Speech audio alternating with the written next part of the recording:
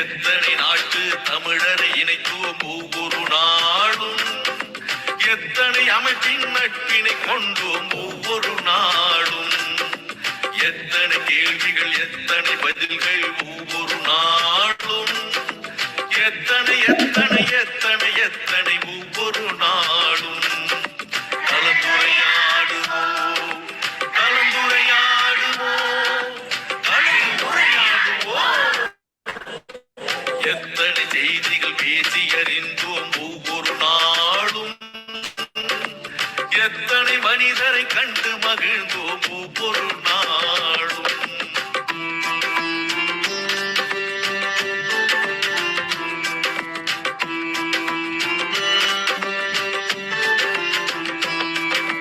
திருக்குறள் வாழ்த்து பாடினோம், இசை தமிழ் பாடலும் பாடினோம், அறிவு வளர்ச்சிக்கு தேவைப்படும் வழி அனைத்தும் அனைத்தும் தேடினோம். ஆற்றல் மிகுந்த மனிதரை எல்லாம் தேடி தேடி ஓடினோம். அவர் உரை முடிந்த பின்னால் நாமும் அவருடன் கலந்து பேசினோம். உடல் நலம் பேசினோம், மனநலம் பேசினோம், பேச வேண்டிய வாழ்வின் செய்திகள் அடுக்கி அடுக்கி பேசினோம். சான்றிதழ் தந்தோம், வலையொலி தந்தோம், அன்பும் நன்றியும் போற்றினோம்.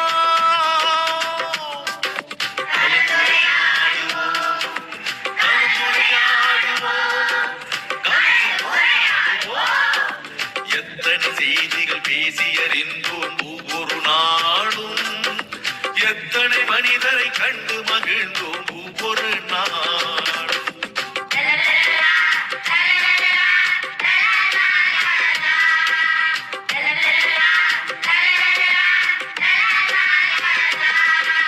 சங்க தமிழும் பேசினோம், இன்றைய தமிழும் பேசினோம்.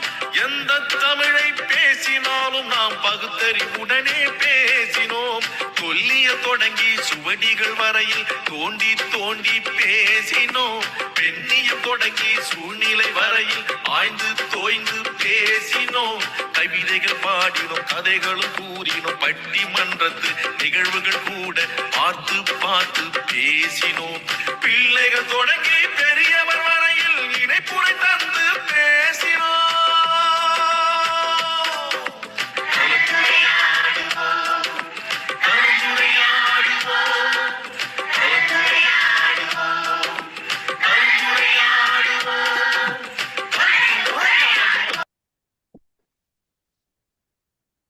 அனைவருக்கும் வணக்கம். இந்திய நிகழ்ச்சியின் 2163 இன்று சிறப்பழைப்பாளர் அம்மா அவர்களை கலந்துரையாடுவோம் பேரவையின் சார்பாக வருக வருக என வரவேற்கிறோம். குரலும் பொருளும் கூறுவதற்கு சகோதர சகோதரிகளை வரவேற்கிறோம். குரலும் பொருளும் வரலாற்று செய்திகள் வழங்குவதற்கு டெல்லியா பிரம்மநாயகம் ஐயாவை அன்புடன் அழைக்கும். இசைப்பாடல் வழங்குவதற்கு செந்தமிழ் பாடகி பாக்யலட்சுமி அம்மா அவர்களையும் தென்மொழி பண்ண நீகவர்சன் ஐயாவையும் அன்புடன் அழைக்கிறோம். இன்ற நிகழ்ச்சியின் முதல் பகுதியாக இன்றைய குரல்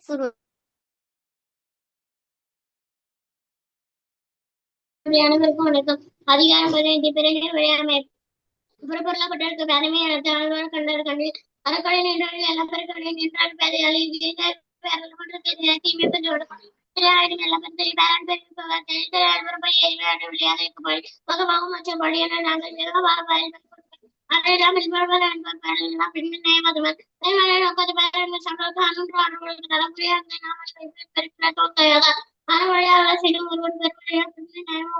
நன்றி நன்றி. அடுத்ததாக பத்மஸ்ரீ அவர்களை அன்புடன் அழைக்கிறேன். நன்றி. அனைவருக்கும் வணக்கம். அதிகாரம் 77 படைமாற்று பொறுப்பமைந்து ஊரஞ்சா வெளிப்படைய வேந்தன் விளைவித்து ஊரஞ்சா வட்டம் தொலைவிற்கு கல்படிக்க அல்லாத இது கொளித்தக்கள் எல்லாம் ஊறி எளிபையனாக உயர்படுத்தணும்.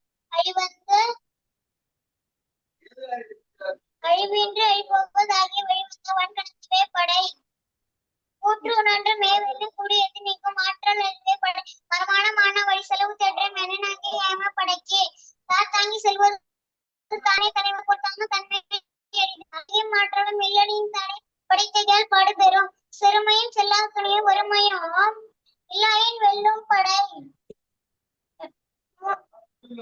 நிலை மக்கள் சார உடைத்த நீரில் தானே வழி மக்கள் இல்வழி.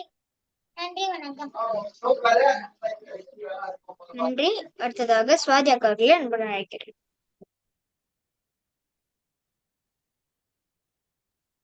நன்றி. அனைவருக்கும் வணக்கம். அதிகாரம் 79. நட்பு. தேர்க்கரியை ஆவுல நட்பின் அதுபோல் வினைக்கரியை ஆவுல காப்பு. ஏநீரன் இரவர் கேணி திரைமதி பின்னீர பேதையார் நட்பு. நவல்தோறும் நூல்நயம் போலும் பல்தோறும் பண்புடையாளர் தொடர்பு. நகுதல் புரட்டுண்டு நற்ற மிகுதிக்கண் மேற்கு சென்று இடித்த புரட்டு. உணர்ச்சி பழகுதல் வேண்டாம் உணர்ச்சித்த நட்பாம் திறமை தரும். அனைவருக்கும் நன்றி, வணக்கம். நன்றிங்க அக்கா. அடுத்ததாக தர்ஷினி அவர்களை அன்புடன் அழைக்கிறேன். தர்ஷினி. அடுத்ததாக குரலும் பொருளும் வரலாற்று செய்திகள் வழங்குவதற்கு டெல்லியா பிரம்மநாயகம் அவர்களை அன்புடன் அழைக்கிறோம். அழைத்ததற்கு நன்றி இஸ்லான். இன்றைய நிகழ்வியன் குரல் பேதமை அதிகாரத்தினுடைய 3வது குரல். நாணாமை நாடாமை நாரின்மை யாதொன்றும் பேணாமை பேதை தொழில். வெட்கப்பட வேண்டியதற்கு வெட்கப்படாமலும் தேட வேண்டியதை தேடி பெறாமலும் அன்பு காட்ட வேண்டியவரிடத்தில் அன்பு காட்டாமலும் பேணி பாதுகாக்கப்பட வேண்டியவற்றை பாதுகாக்காமலும் இருப்பது பேதைகளின் இயல்பாகும். இனி வரலாற்றில் இன்று மே மாதம் 28ஆம் நாள். இதே நாளில் 1503ஆம் ஆண்டு ஸ்காட்லாந்துக்கும் இங்கிலாந்துக்கும் இடையில் அமைதி உடன்பாடு எட்டப்பட்டது. இது 10 ஆண்டுகளில் முறிந்தது. 1737ஆம் ஆண்டு வீனஸ் கோள் மெர்க்குரி கோளின் முன்னால் கடந்ததை ஜோன் பேவிஸ் என்ற வானியலாளர் அவதானித்தார். 1915ஆம் ஆண்டு இலங்கையில் கண்டியில் சிங்களவர்களுக்கும் இஸ்லாமியர்களுக்கும் இடையே கலவரம் தொடங்கி ஜூன் 5 இதில் முடிவுக்கு வந்தது. 1918ஆம் ஆண்டு அசர்பைஜான் ஜனநாயக குடியரசு முதலாவதாக அர்மீனிய குடியரசு ஆகியன விடுதலையை அறிவித்தன. 1926ஆம் ஆண்டு போர்ச்சுகலில் வன்முறையை அடுக்க அங்கு தேசிய சர்வாதிகார ஆட்சி ஏற்படுத்தப்பட்டது. 1948ஆம் ஆண்டு தென்னாப்பிரிக்காவின் பிரதமராக தானியல் பிரான்சுவா மலான் தெரிவு செய்யப்பட்டார். இவர் பின்னர் இன ஒதுக்கலை அமல்படுத்தினார். 1956ஆம் ஆண்டு பிரான்சுடன் இந்தியா கையொப்பமிட்ட ஆயநிலை அளிப்பு உடன்பாட்டின்படி புதுச்சேரி ஒன்றியத்தில் பிரெஞ்சு மொழி சட்டப்படி ஆட்சி மொழியாக தொடர்ந்தது. 1991ஆம் ஆண்டு எத்தியோப்பியாவின் தலைநகர் அடிஸ் அபாபை எத்தியோப்பிய மக்கள் புரட்சி ஜனநாயக முன்னணியர் கைப்பற்றினர். எத்தியோப்பிய உள்நாட்டு போர் முடிவுக்கு வந்தது. 1998ஆம் ஆண்டு பாகிஸ்தான் 5 அணுகுண்டு சோதனைகள் நிகழ்த்தியது. அமெரிக்கா, ஜப்பான் மற்றும் சில நாடுகள் பாகிஸ்தானுக்கு எதிராக பொருளாதார தடைகளை அறிவித்தன. 2007ஆம் ஆண்டு கொழும்பு ரமத் மலானை இடையில் இடம்பெற்ற குண்டுவெடிப்பில் குறைந்தது 7 பேர் கொல்லப்பட்டனர். 7 இராணுவத்தினர் சுடப்பட்டு பலர் காயமடைந்தனர். 2010ஆம் ஆண்டு பாகிஸ்தான் லாகூர் நகரில் 2 மசூதிகளில் வெள்ளிக்கிழமை ஆராதனையின் போது மேற்கொள்ளப்பட்ட தாக்குதல்களில் 94 பேர் கொல்லப்பட்டனர். 2010ஆம் ஆண்டு மேற்கு வங்காளத்தில் ஞானேஸ்வரி விரைவு தொடர் வண்டி தடம்புரண்டதில் 148 பேர் உயிரிழந்தனர். 2011ஆம் ஆண்டு மால்டாவில் இடம்பெற்ற பொது வாக்கெடுப்பில் மனமுறிவுக்கு ஆதரவாக 53% மக்கள் வாக்களித்தனர். இதே நாளில் தமிழறிஞர், இசை ஆய்வாளர் குழந்தை பா. சுந்தரேசனார் ராஜோதி 14ஆம் ஆண்டும் கர்நாடக இசைக்கலைஞர் TM தியாகராஜன் 23ஆம் ஆண்டும் பிறந்தனர். இதே நாளில் தமிழ் மருத்துவ முன்னோடி அமெரிக்க திருத்துவ ஊழியர் சாமுவேல் பிஸ்கிரீன் 1884ஆம் ஆண்டும், தமிழறிஞர் போராகம் பிள்ளை 1923ஆம் ஆண்டும், எழுத்தாளர் மனசி பா. கீரன் 2012ஆம் ஆண்டும் காலமானார்கள். வாய்ப்பிற்கு நன்றி, வணக்கம். நன்றிங்கய்யா. அடுத்ததாக இசைப்பாடல் வழங்குவதற்கு தென்மொழி பண்ண நீகவர்சன் ஐயா அன்புடன் அழைக்கிறேன். அனைத்து தமிழ் நெஞ்சங்களுக்கும் அன்பான வணக்கம். பாவலரேறு அவருடைய பாடல். 50,000 ஆண்டு முன் பிறந்த அருந்தமிழ் வளர்க்காமல் மொயம்பிலதான வடமொழி பேசி என் வாழ்வை குலை பேணோ. 50,000 ஆண்டு முன் பிறந்த அருந்தமிழ் வளர்க்காமல் மொயம்பிலதான வடமொழி பேசியன் வாழ்வை குலை பேணோ. மெய்யின் முன் பிறந்த மேந்தமிழ் பாடி மேம்பட்டு வாழாமல் பொய்யின் பின் பிறந்த புலைமொழி பேசியன் பூண்டை அழிப்பேனோ. சிலம்பு மேகலையினை சிந்தாமணியினை சீருறப்பாடாமல் புலம்பு பாரதத்தினை வெளி பாரதத்தினை போற்றினார் நான் மகிழ்வேனோ. செந்தமிழ் பாடி உயிர் நலம் தேடி என் சித்தத்தை உயர்த்தாமல் வந்தவர் மொழியாம் வடமொழி பேசி என் வாழ்வை குலைப்பேனோ. வள்ளுவன் குரலை தொகையினை பாட்டை வாய்மகிழ்ந்துரைக்காமல் எள்ளுரும் மனுவின் வேதத்தை பாடி என் இனத்தை புதைப்பேனோ. அற்றை நாள் பிறந்த அருந்தமிழ் தாயை அரியணை ஏற்றாமல் மற்றையராட்சி மதித்துளம் வெம்பியன் மானத்தை இழப்பேனோ. 50,000 ஆண்டு முன் பிறந்த அருந்தமிழ் வளர்க்காமல் மொய்பிலதான வடமொழி பேசியன் வாழ்வை குலைப்பேனோ.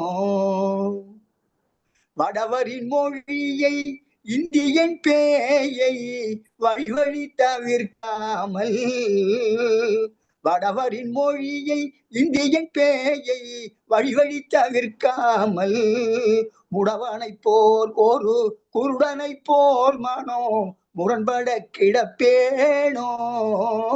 50,000 ஆண்டு முன் பிறந்த அருந்தமிழ் வளர்க்காமல் மொய்பிலதான வடமொழி பேசியன் வாழ்வை குலைப்பேனோ.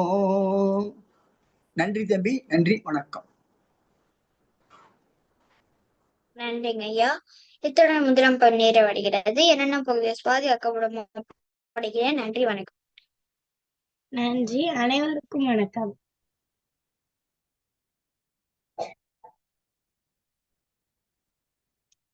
கலந்துரையாடுவோம். பேரவை தமிழ்நாடு நடத்தும்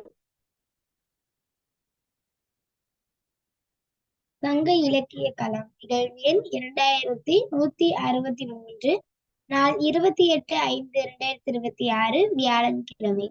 திருவள்ளுவர் ஆண்டு 2057.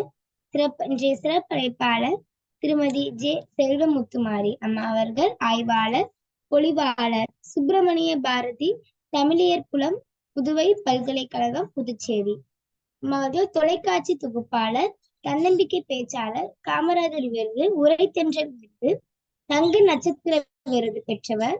வேதியியல் துறையில் இளம் முனைவர் பட்டம், தமிழில் முனைவர் பட்டமும் மேற்கொள்பவர். புதுவை, டில்லி, மும்பை தமிழ் சங்கங்களில் சிறப்புரை. அம்மா அவர்கள் இன்று பேச எடுத்துக்கொண்ட தலைப்பு சங்க இலக்கிய பாணர் மரபு. அம்மா தாங்கள் 6 மணி வரை உரையாற்றலாம். அம்மா பாருங்களேன்.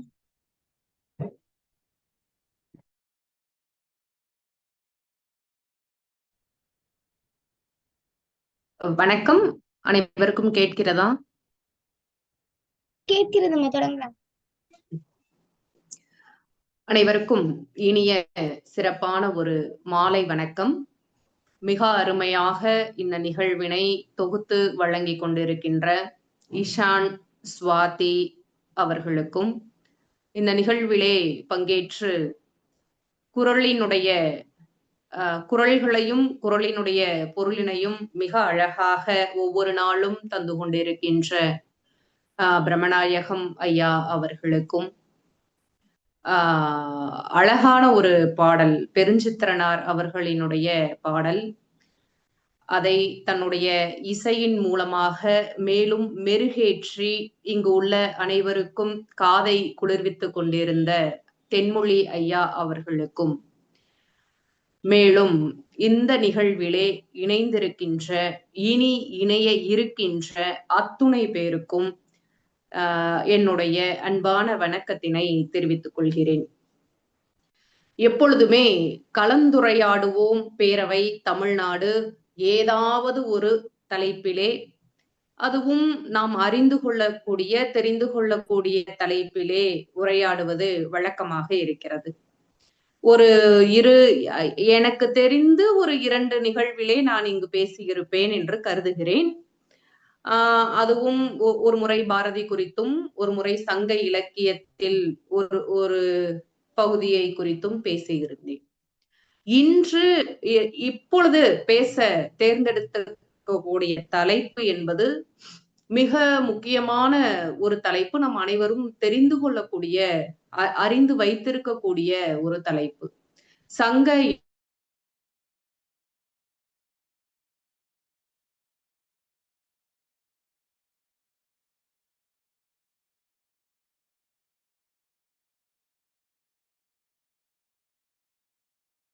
எனக்குதான் கேட்கலையா? எனக்கும் கேட்குது.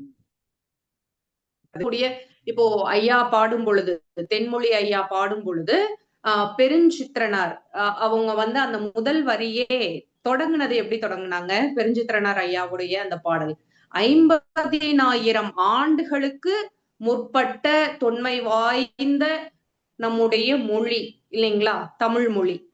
அந்த தமிழ் மொழியினுடைய மூத்த குடிகளாக இருந்த ஒரு குடிதான் இந்த பாணர் குடி, பான்குடி அப்படின்னு சொல்லக்கூடிய ஒரு குடி, இந்த மரபு.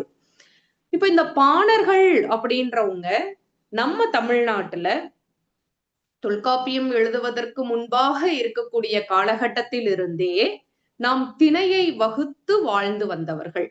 முதல்ல 4 திணை தான் நிறைய பாடல்கள்ல நம்ம வலியுறுத்தி இருப்போம், நம்ம சங்க இலக்கிய பாடல்கள்ல.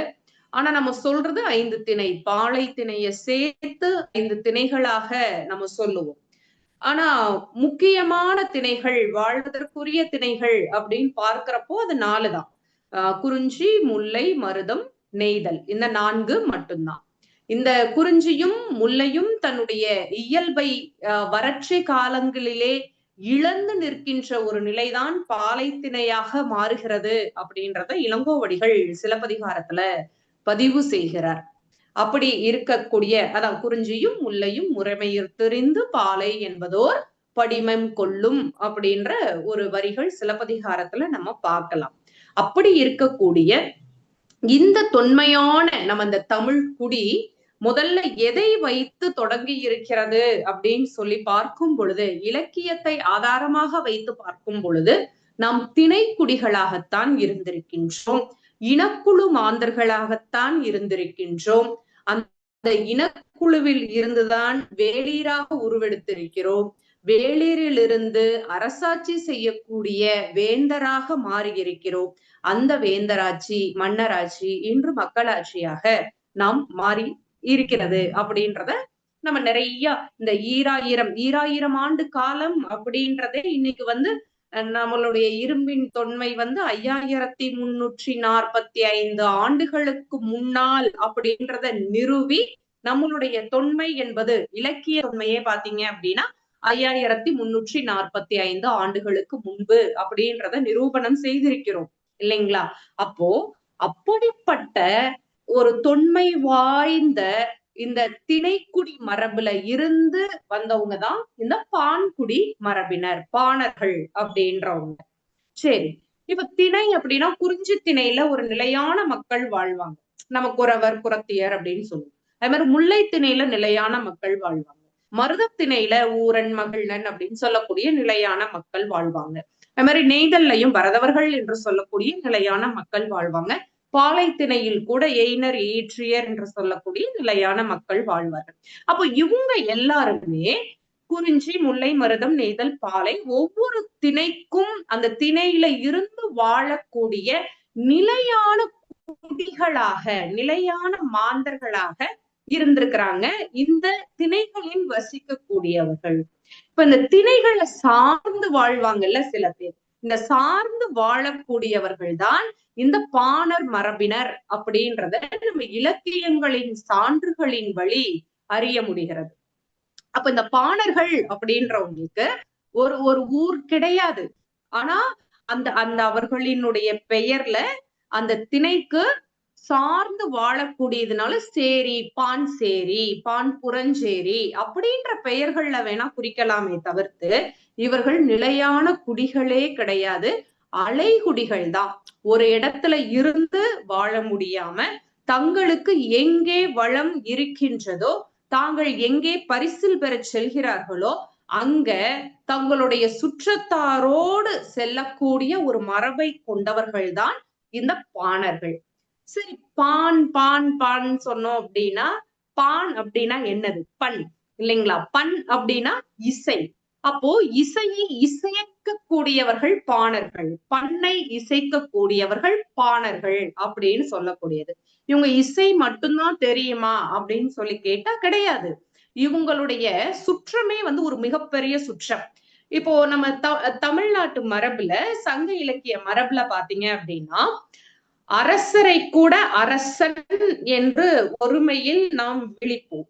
ஆனா புலவரை புலவன் அப்படின்னு ஒரு நாளும் நம்ம சொல்ல மாட்டோம். புலவர் அப்படின்னு அர்விகுதி கொடுத்து மிக மரியாதையாக நம்ம வந்து என்ன பண்ணுவோம் அப்படின்னா கூப்பிடுவோம். அந்த அளவுக்கு சிறப்பு தமிழ் படித்த, தமிழ் கற்ற, தமிழை பொழிகிறவர்களுக்கு உண்டு. அதை விட ஒரு கூடுதல் சிறப்பு இந்த பாணர்களுக்கு உண்டு. ஏன்னு கேட்டீங்கன்னா, புலவர் மரபிற்கு இயல், இசை, நாடகம், நம்ம முத்தமிழ்ல இயற்றமிழை மிக அழகாக கற்று தேர்ந்து அதை பொழியக்கூடியவர்கள் புலவர்கள் அப்படின்னா, அந்த புலவர்கள ஒரு சிலருக்கு இசை தெரியும் அப்படின்னு நம்ம எடுத்துக்கிட்டாலும் கூட, இந்த பான் மரபுல இருக்கக்கூடிய பாணர்கள் உள்ளிட்ட அத்துணை பேருக்குமே இந்த முத்தமிழும் தெரிந்திருக்கிறது அப்படின்றதுதான் வந்து ஒரு சுவையான செய்தி. ஏன் இத வந்து சுவையான செய்தி அப்படின்னு சொல்றேன்னா, இந்த 3 தமிழும் தெரிந்திருந்தால் மட்டும்தான் அவர்கள் இசைக்க எனக்கு சொல்லி கொடுக்க சொல்லி நான் பண்றேன். அவர்கள் இசைக்கக்கூடிய அந்த இசைக்கும், அவர்கள் அந்த வரிகளை கொடுத்து பாடுகின்ற அந்த இயலுக்கும், அவர்கள் அரங்கேற்றுகின்ற அந்த நாடக தன்மைக்கும், இந்த 3க்குமே சேர்ந்து அவர்களுக்கு ஒரு கலைநயம் இருந்திருக்கின்றது. இந்த முத்தமிழையும் கரைத்து குடித்தவர்களாக இருந்திருக்கிறார்கள் பாணர்கள். அதனாலதான் சொன்னேன், புலவர்களை விட பழமை வாய்ந்தவர்கள், தொன்மை வாய்ந்தவர்கள். நம்ம இன்னைக்கு வந்து நம்ம தமிழ் படிக்கும் பொழுதே கூட இன்றைய சூழ்நிலையில பாத்தீங்க அப்படின்னா இலக்கிய துறைன்னு நம்ம படிக்கிறோம். அதுல இருந்து பிரிச்சு நாட்டுப்புறவியல் அப்படின்னு சொல்லி வச்சிருக்கிறோம் இல்லைங்களா? இப்ப இலக்கியம் தொன்மையானதா, நாட்டுப்புறவியல் தொன்மையானதா அப்படின்னு சொல்லி கேட்டீங்க அப்படின்னா எல்லாருக்குமே தெரியும் நாட்டுப்புறவியல் தான் தொன்மையானது. அதிலிருந்து நமக்கு தோன்றியதுதான் இலக்கியம் இல்லைங்களா? அப்போ அடிப்படை நம்மளுக்கு நாட்டுப்புறவியல், வாய்மொழி பாடல்கள், வாய்மொழி வழக்காறுகள், அதை நமக்கு தந்த நம்முடைய மூத்த மரபினர் யார் அப்படின்னு கேட்டீங்கன்னா இந்த பான் மரபினர் தான் அப்படின்றத நம்ம சங்க இலக்கிய பாடல்கள்ல இருந்து தெரிஞ்சுக்க முடியும். அது போல இந்த பாணர் குடியினுடைய வரலாறு அப்படின்றது பாத்தீங்க அப்படின்னா மிகப்பெரிய ஒரு வரலாறாக இருக்கிறது. ஒவ்வொரு இப்ப இந்த பாணர்லயே பார்க்கும் பொழுது, பாணர் அப்படின்றது ஒட்டுமொத்த ஒரு சொல். ஆனா இவங்களுக்குள்ளேயே நிறைய இருக்கிறாங்க. இப்ப பாணர் அப்படின்றவங்களுக்கு இணையாக, துணைவியாக பாத்தீங்க அப்படின்னா பாடினி அப்படின்னு ஒருத்தங்க இருக்கிறாங்க, விரலின்னு ஒருத்தங்க இருக்கிறாங்க. இப்போ விரலி அப்படின்றத நான் இங்க பதிவு செய்யும் பொழுது, நம்ம இலக்கியத்துல நிறைய ஔவையார் இருக்கிறாங்க. நிறைய ஔவையார், ஒரு 6 ஔவையார் இருக்கிறாங்க. ஒவ்வொரு காலகட்டத்திலையும் ஒவ்வொரு ஔவையார் இருக்கிறாங்க இல்லையா? ஆனா சங்க இலக்கியத்துல வரக்கூடிய ஔவை, அதியனை நட்பாக கொண்டிருந்த அந்த ஔவை என்பவர் இந்த பாணர் மரபை சார்ந்தவர், பான் குடியை சார்ந்தவர். அவர் ஒரு அழகிய மங்கை. இதெல்லாம் விட நேரடியாக சொல்லணும் அப்படின்னா, புறநானூற்றுல ஔவையை பற்றிய ஒரு பாடல் ஒன்று உண்டு. அந்த பாடலில் ஔவை என்பவள் விரலியாக குறிக்கப்படுகிறாள். விரலி அப்படின்னா நம்மளுக்கு யார் அப்படின்னா இந்த பாணர் மரபுல இருக்கக்கூடிய பெண்கள் இருப்பாங்க இல்லையா? கூத்தை நிகழ்த்தக்கூடிய பெண்கள், அழகாக தன்னை அலங்கரித்துக் கொண்டு இசைக்கருவிகளை இசைத்து கொண்டு ஒவ்வொரு இருந்திருக்கின்றால், மிக அழகான ஒரு பெண்ணாக இருக்கிறாள் அப்படின்றத நம்ம எல்லாருமே தெரிஞ்சுக்க வேண்டிய ஒரு சூழலும் இருக்கிறது. அப்போ பாடினி, விரலி, புலவன் என்பவர், புலவர் என்பவர் தனியாகத்தான் போய் அரசர்கிட்ட பரிசு வாங்கக்கூடிய ஒரு சூழல் இருந்தது. தன்னுடைய இல்லம் வறுமையில் இருந்த பொழுது கூட அங்க என்ன ஆகணும் அப்படின்னா, தன்னுடைய வீட்டுல சொல்லிட்டு நான் இந்த மாதிரி அரசர்கிட்ட போய் பரிசு வாங்கிட்டு வர்றேன் அப்படின்னு சொல்லக்கூடிய ஒரு மரபுதான் இருந்தது. ஆனா பாணர்கள் என்ன பண்ணுவாங்க அப்படின்னா, தங்களுடைய சுற்றத்தார் அனைவரையும் கூட்டிக் கொண்டு போகக்கூடிய ஒரு மரபு இருந்தது அப்படின்றதையும் நமக்கு அந்த பாடல்கள் பதிவு செய்கின்றது. இப்ப இது எல்லாமே நம்ம எங்க மிக தெளிவாக இந்த பாணர்களை பற்றி நாம் படிக்க முடியும் அப்படின்னு சொல்லி பாத்தீங்கன்னா, நமக்கு பாணர்கள் அப்படின்னு இளங்குமரன் ஐயா ஒரு புத்தகம் நூல் எழுதி இருக்கிறாங்க. அது மாதிரி பாணர் இன வரைவியல் அப்படின்னு சொல்லிட்டு பக்தவத்சல பாரதி ஐயா அவர்களும் நூல் எழுதினார். இந்த 2 நூல்களையும் ஆதாரமாக கொண்டுதான், சான்றாக கொண்டுதான் இன்னைக்கு இந்த தலைப்பை நம்ம பேசலாம் அப்படின்னு சொல்லி எடுத்தது. அந்த நூல்களில் கருத்துக்களை தான் இங்கே சொல்லிக் கொண்டிருக்கின்றேன். அதே மாதிரி இவர்கள் இருக்கக்கூடிய இடம், பாணர்களினுடைய குடியிருப்பு நான் ஏற்கனவே சொன்னேன். இவங்க அலைகுடிகள் தான், நிலைகுடிகள் இல்ல அப்படின்றத நான் சொல்லியிருந்தேன் இல்லைங்களா? மன்னிக்கவும். அந்த குடிக்கு பின்னால் ஒரு வரலாற்று செய்தி, ஒரு அருமையான சுவையான ஒரு வரலாற்று செய்தி இருக்கிறது. அந்த செய்தியை நம்ம இப்ப பார்க்கலாம்.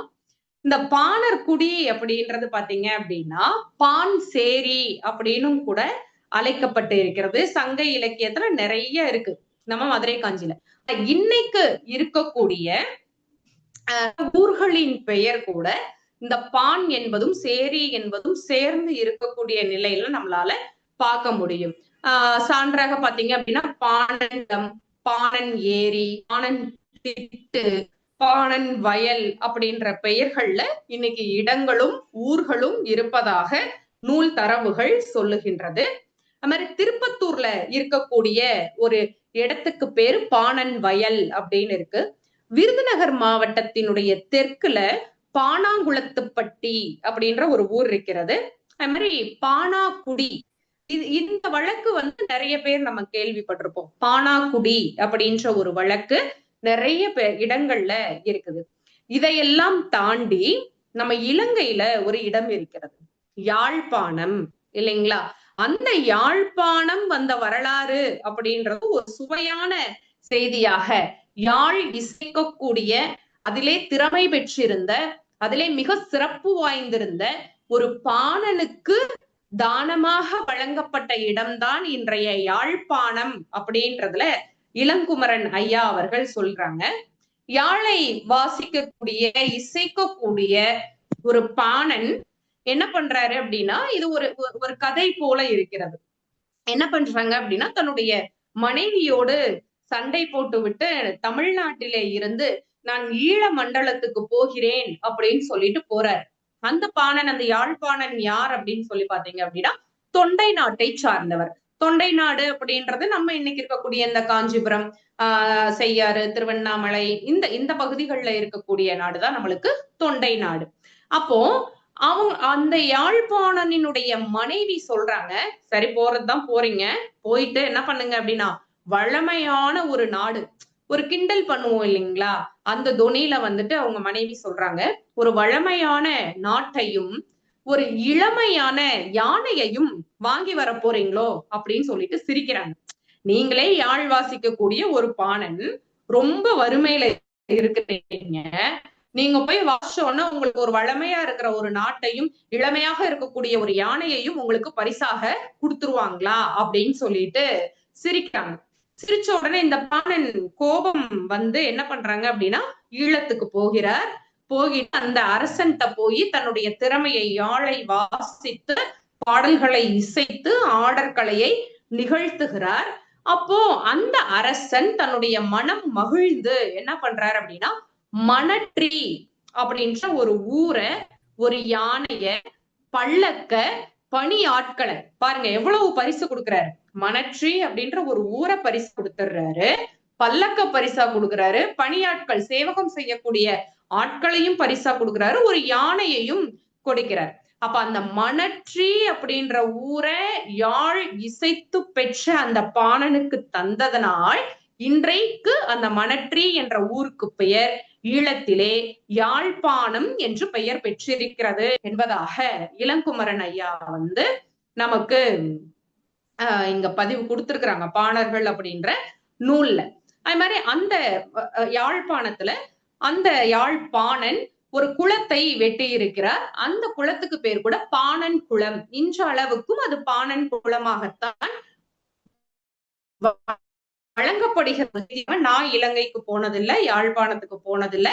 யாராவது போனவங்க இருந்தீங்க அப்படின்னா சொல்லுங்க, நம்மளுக்கு அது தெரியும். சரி, இப்போ அந்த பரிசுகளை எல்லாம் வாங்கி கொண்டு அந்த யாழ்ப்பாணன் தொண்டை நாட்டுக்கு திரும்பி வருகிறான். வந்த உடனே அந்த மணற்றி, அவனுக்கு பரிசா கொடுத்த அந்த ஊருக்கு பேர் என்னது, மணற்றி. அந்த மணற்றியில இயல்பாக உப்பு விளைகிறது அப்படின்றத வந்து தொண்டைமானுக்கு சொல்றாங்க. அப்போ தொண்டை நாட்டை ஆட்சி செய்யக்கூடிய தொண்டைமானுக்கு சொல்றாங்க. அப்ப அந்த தொண்டைமான் அந்த உப்பை திரட்டுவதற்கு ஆட்களையும் அதனை கொண்டு வருவதற்கு மரக்களங்களையும் கொடுத்து உதவினான் அப்படின்னு சொல்லிட்டு இன்றளவுக்கும் வரலாற்று செய்திகள் இருக்கிறது. அந்த கொண்டு வருகின்ற ஏவலாள்களால் அமைக்கப்பட்ட அந்த கால்வாய்க்கு பேரு இன்றைக்கு வரைக்கும் தொண்டைமான் ஆறு என்று வழங்கப்படுவதாக யாழ்ப்பாணத்து சரித்திரம் அப்படின்ற ஒரு நூல்ல இந்த செய்திகள் எல்லாமே கொடுக்கப்பட்டிருக்கு. பாருங்க, அரசர்கள் நமக்கு வந்து மிக பரிச்சயமாக தெரிந்த ஒரு அரசர் ராஜராஜ சோழன், அவருடைய மகனார் ராஜேந்திர சோழன். இவங்க இந்த ராஜேந்திர சோழனுடைய காலகட்டத்துல கடல் தாண்டி நிறைய பகுதிகளை நாம் தமிழ்நாடு வெற்றி பெற்றது அப்படின்ற செய்திய வரலாற்றுல நம்ம படிச்சிருக்கிறோம். அதுக்கு முன்னாடி பாத்தீங்க அப்படின்னா நிறைய வெளிநாட்டார்கள் சங்க இலக்கிய காலங்கள்லயே நிறைய வெளிநாட்டார்கள் நம்முடைய நாடுகளுக்கு வந்து இங்க வாணிபம் பண்ணாங்க அப்படின்னு சொல்லிட்டு படிச்சிருக்கிறோம். கரி என்று சொல்லக்கூடிய மிளக வந்து இங்க இருந்து கொண்டு போனாங்க, நறுமண பொருட்களை இங்க இருந்து கொண்டு போனாங்க அப்படின்ற செய்திகள் எல்லாம் நம்ம பட்டினப்பாலையில படிச்சிருக்கிறோம். ஆனால் ஒரு பாணர் குடியிலிருந்து யாழை வாசிக்கக்கூடிய ஒரு பாணருக்கு யாழ்ப்பாணம் என்ற ஊர், மணற்றி என்ற ஒரு ஊரையே பரிசாக தந்த ஒரு ஈழ மன்னன் இருந்திருக்கின்றான். அந்த ஈழ மன்னன் தமிழ் மன்னனாகத்தான் இருந்திருக்க வேண்டும். ஏன்னா இவருடைய கலையை பார்த்து திறமையை மிக தீவிரமாக பாராட்டி அந்த ஊரை கொடுத்திருக்கிறாங்க இல்லையா, அதனால அப்படி இருந்திருக்கலாம் அப்படின்னு சொல்றாங்க. இது ஒரு சுவையான செய்தி, நடந்த ஒரு செய்தியாக நமக்கு இருக்கிறது. அப்ப பாணர் குடி, பாணர் மரபு என்பது நமக்கு எவ்வளவு முக்கியமாக இருந்திருக்கிறது என்பதை நாம் இன்னும் தேடி தெரிந்து கொள்ள வேண்டியது நம்முடைய அவசியமாக இருக்கிறது. சரி, இந்த பாணர்கள்லயே ஒரு வகையினர் தானா அப்படின்னு சொல்லி கேட்டா இல்ல.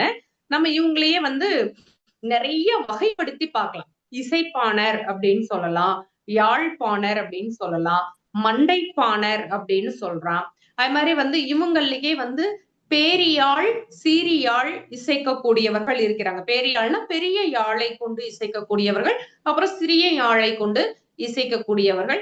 அதே மாதிரி தன்னுமை போன்ற கருவிகளை எல்லாம், அதாவது எத்தனை இசை கருவிகள் இருக்கிறதோ அத்தனை இசை கருவிகளையும் இசைப்பதில் மிக வல்லவர்களாக, கை தேர்ந்தவர்களாக இந்த பாணர் குடியினர் இருந்திருக்கின்றனர் என்பது பாடல்கள் மூலமாக நமக்கு சான்றுகள் கிடைக்கிறது.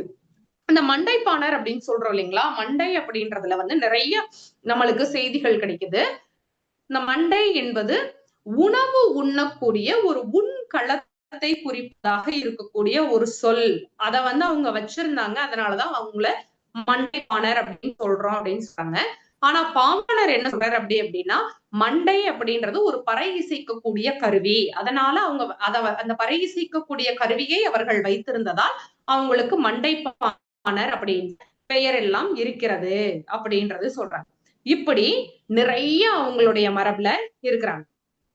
அது மாதிரி ஒரு பாணனினுடைய திறமை அப்படின்னு சொல்லி பாத்தீங்க அப்படின்னா, ஒரு அரசனுடைய அவையிலிருந்து போர்க்களம் வரைக்கும் இருக்கக்கூடிய ஒரு மரபினராக இவர்கள் இருந்திருக்கிறார்கள்.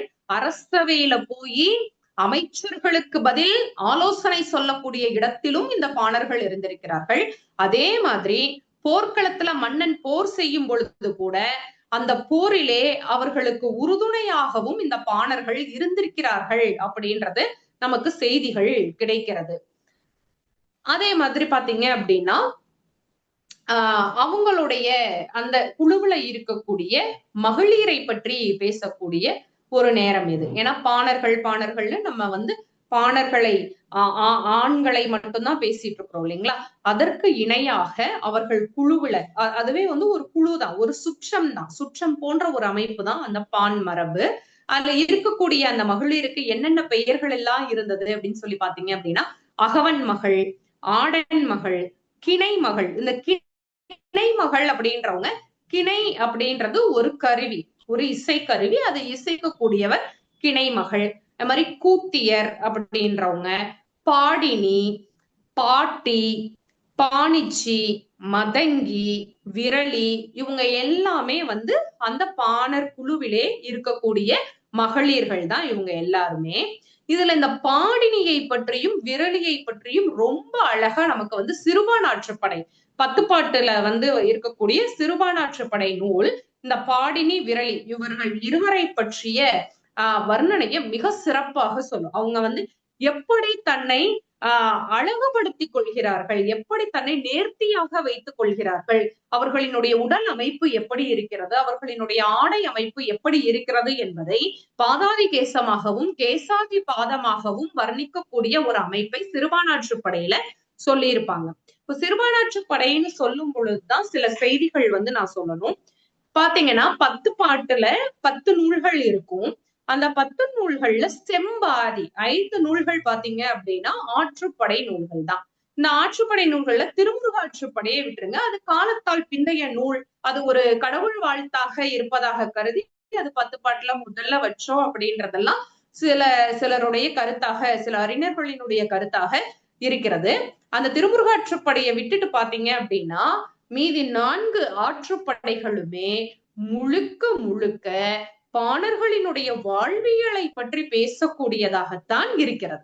அந்த 4 ஆற்றுப்படை நூல்களும் என்னென்னு பாத்தீங்க அப்படின்னா பொருணராற்றுப்படை, பெரும்பானாற்றுப்படை, சிறுபானாற்றுப்படை, மலைபடுகடாம் என்று சொல்லக்கூடிய கூத்தராற்று படை. நானுமே பாத்தீங்க அப்படின்னா அந்த பாணர்களினுடைய வாழ்வியலை பற்றி பேசக்கூடியதாக இருக்கிறது. சரி, இப்படிப்பட்ட பாணர்கள் ஒரு அரசவர்களுடைய நெருங்கி வசிக்கக்கூடிய பாணர்கள், அரசர்கள்ட்ட போய் இருக்கக்கூடிய பாணர்கள் என்ன பண்ணாங்க? அவங்க நினைச்சிருந்தா நிறைய சொத்து சொகம் இந்த மாதிரி எல்லாம் வந்து சேர்த்து வாழ்ந்திருக்கலாம் இல்லைங்களா? ஆனா இல்லவே இல்லை. மிகவும் வறுமையான நிலையில்தான் அவர்களினுடைய வாழ்க்கை என்பது இருந்திருக்கிறது. இப்போ ஒரு நாள் போயே அரசன்ட்ட பரிசு வாங்கிட்டு வந்துட்டோம். பாத்தீங்கன்னா இப்போ யாழ்ப்பாணத்துல அந்த மணற்றி அப்படின்ற ஊர்ல எல்லாம் யாழை வாசித்து அந்த பாணன் வந்து என்ன பண்ணாங்க, அந்த ஊரை பரிசா வாங்கிட்டு வந்தாங்க. இளமையான ஒரு யானையை பரிசாக வாங்கி வந்தார், பல்லக்கை பரிசாக வாங்கி வந்தார், பணி ஆட்களை பரிசாக வாங்கி வந்தார். இப்படி வாங்கிட்டு வர்றாங்கல்ல, அதெல்லாம் அந்த ஒரு நாளைக்குதான். அடுத்த நாள் தனக்கு என்ன இருக்கும் அப்படின்றத நினைத்து கூட பார்க்காத ஒரு வாழ்க்கையைத்தான் இந்த பாணர் மரபினரும் புலவர் மரபினரும் வாழ்ந்து வந்திருக்கிறார்கள். தான் பெற்றதை தனக்காகவும் தன்னுடைய மனைவிக்காகவும் தன்னுடைய குழந்தைகளுக்காகவும் மட்டுமே வைத்துக் கொள்ளாமல் தன்னுடைய சுற்றத்தாருக்காகவே ஒவ்வொரு பகுதியிலும் ஒவ்வொரு அரசரையும் சென்று அவர்கள் செல்வத்தை சேர்த்திருக்கிறார்கள். அது தனக்கு வைத்துக் கொள்ளாமல் தன்னுடைய சுற்றத்தார் எல்லாருக்குமே வந்து கொடுத்திருக்கிறாங்க அப்படின்றதும் நம்ம பாக்குறோம். ஆழத்தூர் கிழார் அப்படின்ற ஒரு புலவர் பாத்தீங்க அப்படின்னா ஒரு பாணனுடைய வறுமைய மிக அழகா வந்து சொல்றார். கையது கடன் இறை யாழே, கையில வந்து என்ன பண்றாங்க அப்படின்னா யாழ் வச்சிருக்கிறாங்க. மெய்யது புரவலர் இன்மையேற் பசியே அப்படின்றாங்க. மெய் அப்படின்னா இந்த உடல்ல புரவலர் யாரும் இல்லாததுனால ஏற்பட்ட ஒரு பசி இருக்கிறது. கையில யாழ் இருக்குது, மெய்யில பசி இருக்குது. அரையது வேற்றிலை நுழைந்த வேர்நனை சிதார் அப்படின்னா அரை இடுப்புல என்ன இருக்கான், வேர்வையால் நனைந்த ஒரு கந்தைனா ஆடை, வேர்வையால நனைஞ்சு போன. அப்ப பாருங்க, மலை மேடு அந்த அந்த ஆற்றுப்படை நூல்கள் படிக்கும் பொழுது பாத்தீங்க அப்படின்னா தெரியும். அப்படியே குறிஞ்சி மலையில இருந்து முல்லை காட்டுக்கு வந்து அப்படியே மருதம் வயலுக்கு வந்து நெய்தல் கடலுக்கு போனதாக அந்த ஒவ்வொரு வாழ்விடங்களுக்கும் அந்த குடிகள் பான் குடி எப்படி அலைக்குடியாக இருந்து வந்த வரலாறு என்பதை நம்மளுக்கு ஒரு இனவரைவியல் நோக்குல அந்த ஆற்றுப்படை நூல்கள் நமக்கு சொல்லும். அப்படிப்பட்ட நிலையில இருக்கக்கூடிய ஒரு பாணன், அந்த பாணனுடைய வாழ்வியல் அவ்வளவு திறமைகள் இருந்த பொழுதும் கூட, அவ்வளவுகளை கண் வைத்திருந்த பொழுதும் கூட அவனுடைய வாழ்க்கையானது கையிலே யாழை கையிலே பசியையும் அறையிலே ஒரு வேர்வையால் நனைந்த ஒரு ஆடையையும் வைத்திருக்கக்கூடிய ஒரு பாணனாகத்தான் இருந்தான் அப்படின்றத ஆழத்தூர் கிழார் புறநானூறு 69வது பாடல்ல நமக்கு பதிவு பண்ணுகிறார். அது மாதிரி இன்னொரு பாணன் பாத்தீங்க அப்படின்னா, அதே புறநானூறு 173வது பாடல்ல பாத்தீங்க அப்படின்னா, ஒரு முதுவாய் இரவல அப்படின்னு சொல்றாங்க. முதுவாய் இரவல ரொம்ப ரொம்ப வயதான ஒரு பாணன், தன்கிட்ட எதுவுமே இல்ல, தன்னுடைய சுற்றத்தார்ட்டையும் எதுவுமே இல்ல, ரொம்ப நஞ்சு போய் இருக்கிறார், நைந்த ஒரு நிலைமையில இருக்கிறார். அப்போ அவருக்கு எதுக்கு இன்னொரு பாணர் குடியை சார்ந்தவர் வருகிறார். அவர் பாத்தீங்க அப்படின்னா நல்ல உடைகளை எல்லாம் உடுத்தி கொண்டு நிறைய பொருட்களோட வளத்தோட வருகிறார். அப்போ இந்த நைந்து போன நிலைமையில் வறுமையில் இருக்கக்கூடிய பாணர் நினைக்கிறார், யார்கிட்ட போய் இவர் இவ்வளவு பரிசு வாங்கிட்டு வந்தாருன்னு தெரியலையே, நமக்கு சொன்னா நமக்கும் நம்மளுடைய சுற்றத்தையும் நாம் வாழ வைக்கலாமே அப்படின்ற ஒரு எண்ணத்தோடு ஒரு எப்படி சொல்றது, அந்த காட்சியை பார்க்கும் பொழுதே ஒரு பரிதாபத்திற்குரிய ஒரு காட்சியாக பார்க்கக்கூடிய சூழ்நிலையில் இருப்பதாக அந்த புறநானூற்றுல 173வது பாடல் நமக்கு சொல்லுது. அதே மாதிரிதான் இன்னொரு பாட்டு எப்படி இருக்கு அப்படின்னா, உடும்பு உரித்தன்ன என்பு எழுமருங்கில், ஒரு உடும்பு இருக்கு இல்லைங்க, உடும்பு, அந்த உடும்புல தோலை உரிச்சிட்டா அந்த உடும்புக்குள்ள இருக்கிற எலும்பு இருக்குள்ள, அது மாதிரி பாணன் இருக்கிறார் அப்படின்னு சொல்றாங்க. அப்ப எவ்வளவு ஒரு வறுமை அப்படின்னு பாருங்க. அந்த உடம்புல தோலே இல்ல, வெறும் எலும்பு மட்டும்தான்.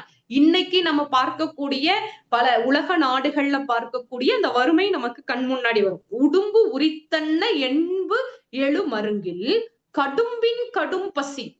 எப்படி பாருங்க, கடும்னா சுற்றம், கடும் பசின்னு சொன்னாலே அது நமக்கு சாப்பாடு இல்லாத, உணவு இல்லாத ஒரு நிலையை தான் குறிக்கும்.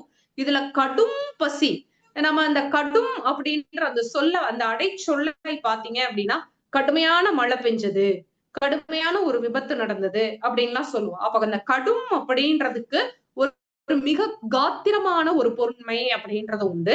அது போல கடும் பசியோட இருந்த அவர் மட்டும் இல்ல, அந்த பாணர் மட்டும் பசியோட இல்ல, கடும்பின் கடும் பசி, அவருடைய சுற்றம் முழுவதும் கடுமையான பசியில இருந்தாங்க. அது அதை களைவதற்கு உண்டான வழி தெரியாது, களையுணர் காணாது சில் செவித்தாகிய கேள்வி நொந்து தீங்கவன் செய்தையோ பான அப்படின்னு ஒரு பாடல்.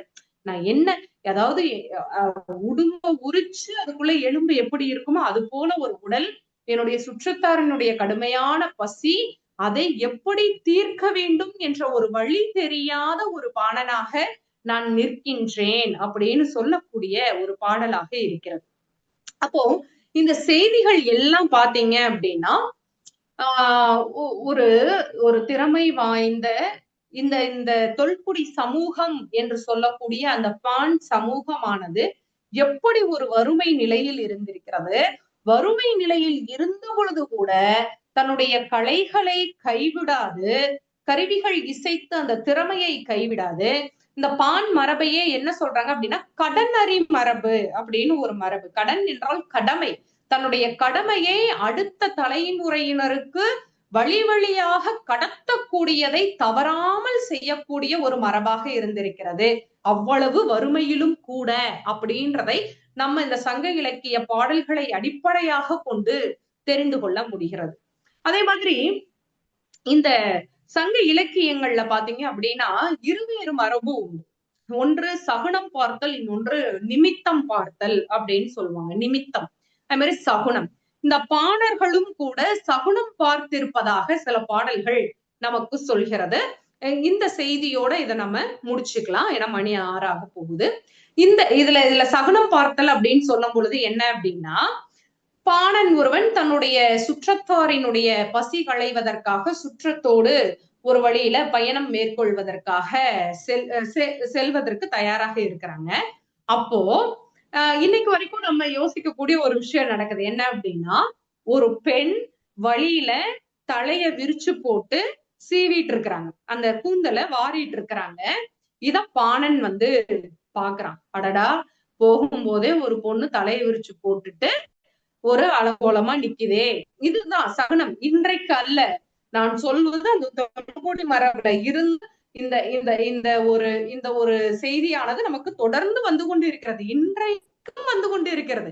இன்னைக்கும் வீட்டுல வந்து தலைவலியாக வைத்தாலும் கூட ஒரு சில நிமிடங்கள்ல நம்ம அந்த தலையை என்ன பண்ணிடணும், கட்டிடணும் அப்படின்ற ஒரு வழக்கு இன்னைக்கு இருக்கு இல்லைங்களா? அதை பார்க்கக்கூடியதாக ஒரு மரபு இருக்கிறது. அதை தாண்டி இது வெளியில இருக்கக்கூடியது, புறத்துல இருக்கக்கூடிய சகனம். அதை தாண்டி இவன் இந்த இந்த காட்சியை அந்த பாணன் பார்த்து விட்டான். சரி, என்ன பண்றது அப்படின்னு சொல்லிட்டு தன்னுடைய யாழை எடுத்து இசைக்கிறான். ஒரு நல்ல இசை, மங்கள இசையை இசைக்கிறான். ஆனால் அந்த இசையானது ஒரு அவல இசையிலே போய் முடிகிறது. அப்போ மொத்தமாக உடைந்து போகிறான். ஆஹா, நம்ம போற காரியம் நல்லபடியா நடக்குமோ நடக்காதோ அப்படின்ற ஒரு மனநிலையில இந்த புறத்திலையும் அகத்திலையும் நடக்கக்கூடிய நிகழ்வுகளை வைத்து கணிப்பதாகவும் இந்த பான் மரபுல நம்மளால பார்க்க முடியாது. எல்லா குடிகள்லையும் இந்த சகனம் பார்த்தலும் நிமித்தம் பார்த்தலும் இருந்திருக்கிறது. அது பாணர்களிடமும் தொடர்ந்திருக்கிறது என்பதை தான் இந்த பாடல்கள் வழியாக நம்ம பார்க்கிறோம். சரி, இந்த பான் குடியை பற்றி ஒரு நிறைவாக ஒன்று என்ன அப்படின்னா, இப்போ புலவர்கள் மரபு என்பது 2000 ஆண்டுகளாக நமக்கு இன்றைக்கு வரைக்கும் நூல் ஆசிரியர்கள் என்ற பெயரளவிலே தொடர்ந்து வந்து கொண்டிருக்கிறது. அன்றைக்கு புலவர்களாக இருந்தவர்கள் இன்றைக்கு கவிஞர்களாக இருக்கிறார்கள், நூல் ஆசிரியர்களாக இருக்கிறார்கள், படைப்பாளர்களாக இருக்கிறார்கள் இல்லையா? அதே போல அரசர்களாக இருந்தவர்கள், மன்னராட்சியாக இருந்தது இன்று மக்களாட்சியாக மாறி இருக்கிறது. அப்ப இந்த மரபு எல்லாம் நமக்கு வழி வழியாக அப்படியே வந்து நீட்சி அடைந்து கொண்டே வந்திருக்கிறது, இன்றைக்கு வரைக்கும் வந்திருக்கிறது. ஆனால் இந்த பாணர் மரபு என்பது அன்றையோடு நமக்கு தொலைந்து விட்டது என்பதைத்தான் இந்த இடத்திலே வேதனையோடு பதிவு செய்ய வேண்டி இருக்கின்ற ஒரு கட்டாயம் இருக்கிறது. ஏனென்றால் இந்த பாணர் மரபு சங்க இலக்கிய சமூகத்திடையே நிகழ்த்திய ஒரு மிகப்பெரிய ஒரு சாட்சியம் இருக்கிறது. அந்த சாட்சியம் இன்றைக்கு இல்லை என்பதுதான் நம்மிடையே ஒரு வருந்தத்தக்க செய்தியாக, அந்த கடனறி மரபு தன்னுடைய கடமையை வழி வழியாக கடத்தி வந்திருக்கக்கூடிய அந்த மரபு இன்றைக்கு வரைக்கும் நீட்சியாக இல்லை என்பதை இந்த இடத்திலே நாம் பதிவு செய்தாக வேண்டிய ஒரு கட்டாயமும் இருக்கிறது. ஆக நம்முடைய தொல்குடி சமூகமாக இருந்து நிலைகுடியாக இல்லாமல் அலைகுடிகளாக வாழ்ந்த அந்த பான் சமூகத்தை பற்றி இன்று இந்த அவையிலே எனக்கு பேசுவதற்கு வாய்ப்பளித்த கலந்துரையாடுவோர் பேரவை தமிழ்நாடு, அதில் இருக்கக்கூடிய பெருந்தகையாளர்கள், குறிப்பாக திருக்குறள் காமராசு ஐயா அவர்களுக்கும் என்னுடைய நெஞ்சார்ந்த நன்றியினை சொல்லி விடைபெறுகிறேன். நன்றி, வணக்கம். நன்றி. சிறப்பாக உரையாற்றிய அம்மாவர்களுக்கு மனமார் நன்றி தெரிவித்துக் கொள்கின்றோம். நன்றி அம்மா. வாழ்த்துறை வழங்குவதற்கு திருக்குறள் காமராஜர் ஐயா அவர்களை அன்பை அழைக்கின்றோம். திறன் தயாரிலே இருக்குமாறு டெல்லி பிரம்மநாயகம் ஐயா அவர்களை அன்பை கேட்டுக்கொள்கின்றோம். பாருங்களேன்.